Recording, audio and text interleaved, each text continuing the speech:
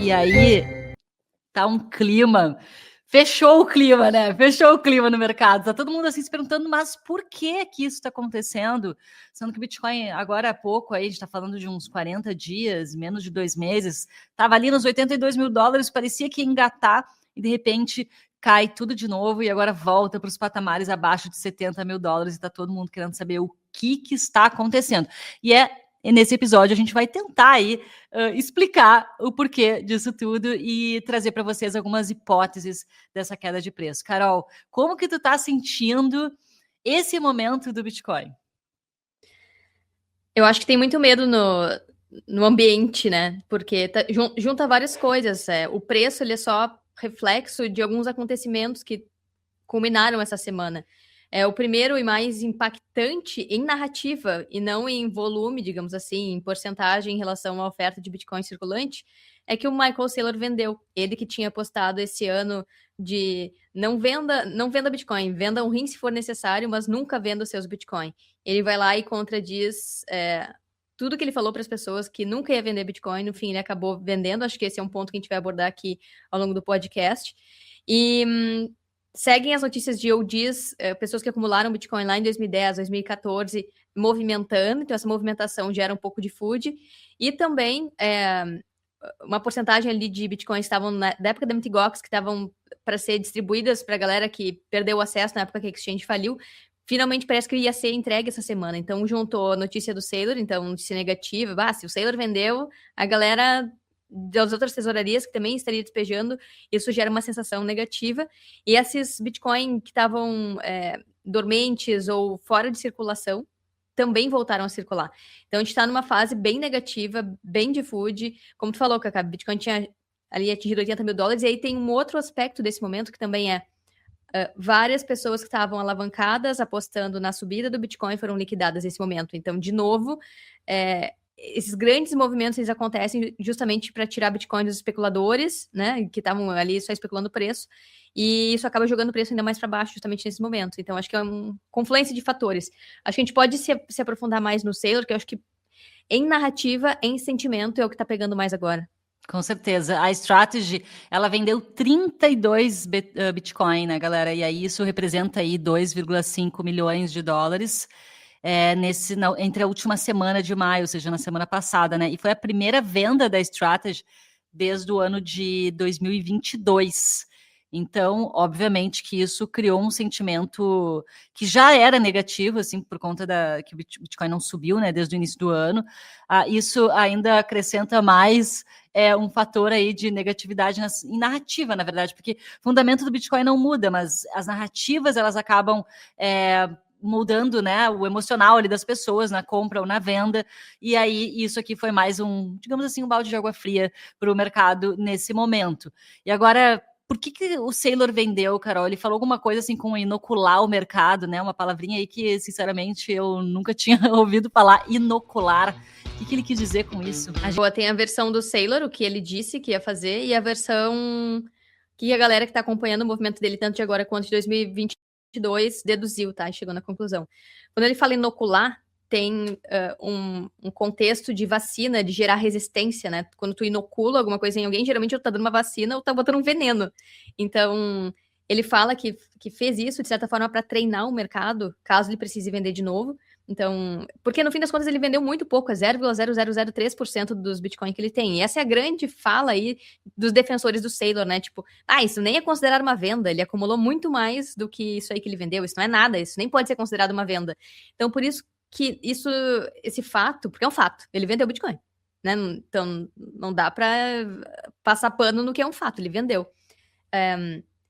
Então, ele fala isso justamente para demonstrar para reguladores, especialmente do S&P, que estavam querendo tirar a MicroStrategy do index, do indicador, que ele tem muita liquidez para usar para pagar os shareholders, os acionistas da empresa, caso seja necessário cobrir ali as promessas de juros que ele fez ao longo dos vários papéis que ele emitiu ao longo dos últimos anos, né? Então ele está dizendo, se Bitcoin cair ou se for necessário, sim, eu tenho liquidez para bancar as nossas responsabilidades como MicroStrategy. Isso, apesar do sentimento ser negativo, isso é muito positivo porque demonstra pro Bitcoin, tá? Porque demonstra como o Bitcoin é de fato o dinheiro e ativo mais líquido do mundo. Então, a partir do momento que alguém quer vender, existe muita liquidez para absorver essa venda globalmente. Tem pessoas que vão comprar, obviamente, do Saylor nesse momento. E aí, isso é o que ele fala, né? Então, treinar o mercado. Caso no futuro eles precisem vender novamente, ou queiram vender novamente, o mercado absorve, eles vão conseguir vender. Aí tem o outro lado da explicação, né? Que aí quem trouxe primeiro foi o Adam Beck, ali em Alden, debatendo embaixo do post do Saylor, que é que a explicação, e eu acho que é a real, e que também ela concorda lá com 2022, é que ele está evitando pagar imposto. Então, ele está vendendo Bitcoin no prejuízo, para ele pagar menos imposto lá na frente. Ele fez isso em dezembro de 2022. Então, que seria uma estratégia de tesouraria, então. É, uma estratégia dele contábil, né? E tributária, principalmente tributária. Tem um nome para isso, eu até separei aqui. É Tax Loss Harvesting. Deixa eu só ver se não falei errado. Tax Loss Harvesting, que é vender no prejuízo para bater impostos, como ele fez em 2022, e depois recomprar. Ou seja, ele acaba pagando menos imposto e consegue comprar mais Bitcoin com isso. Então, eu concordo que ele deve ter feito isso por esses dois motivos, né? Demonstração de liquidez, tanto para o Bitcoin quanto responsabilidade da MicroStrategy com seus acionistas, quanto para pagar menos imposto lá na frente. Então, ele aproveitou esse momento de queda. E justamente em 2022, ali em dezembro, não sei se tu lembra, Cacá, Bitcoin estava na lama também. A FTX recém tinha quebrado. Bitcoin estava $15.000 por aí, estava numa faixa agonizante. Caiu para 15 mil. Bitcoin caiu. Eu falei que ele subiu? Não, tava na época $15.000. Não, ele caiu para $15.000 e foi assim, para muitos deu medo, né? Foi aquela história de Bitcoin morreu, e foi uma grande oportunidade de compra ali naquela época. Sim, para quem não ficou com medo, que é exatamente o que está acontecendo agora, né? A gente está de volta nos patamares de medo extremo há muitos meses. Quando deu uma aliviada, o Saylor resolveu vender agora, e também num momento muito parecido para fazer ali uma jogada tributária e pagar menos imposto com a Strategy. Então, de novo, pro Bitcoin, como tu falou, Cacá, isso não impacta o Bitcoin, não mudou nada, né, dos seus fundamentos, do protocolo, da rede, segue tudo igual. Para mim, esse é um ataque na narrativa, principalmente do Saylor, que sempre pregou, nunca venda seus Bitcoin, né, venda um rim se for necessário para não vender, mas ele vai lá e vende. Quando ele tem interesse, tudo bem, ele ameniza. E tem vários memes que surgiram, eu posso mostrar aqui, mas não sei se quer comentar alguma coisa antes de eu ir para a patifaria. Não, quero saber que memes são esses que tu tem aí pra gente ver. Eu não vi nenhum meme, eu quero ver esses memes.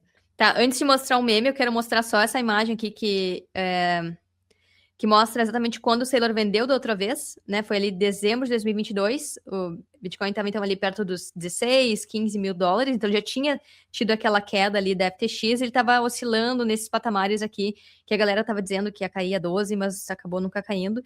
Depois se recuperou e começou a subir novamente, né? Então esse é o outro momento em que o Saylor fez isso, né? Acabou vendendo Bitcoin. Aqui é o demonstrativo, quando eles anunciaram que tinham vendido Bitcoin. E aí tem esse ponto aqui do Pledger, foi bem interessante, porque ele falou, nesse tweet, o Saylor, quando o Saylor compra Bitcoin, ele posta tweets, né? Ele é apoteótico ali no X.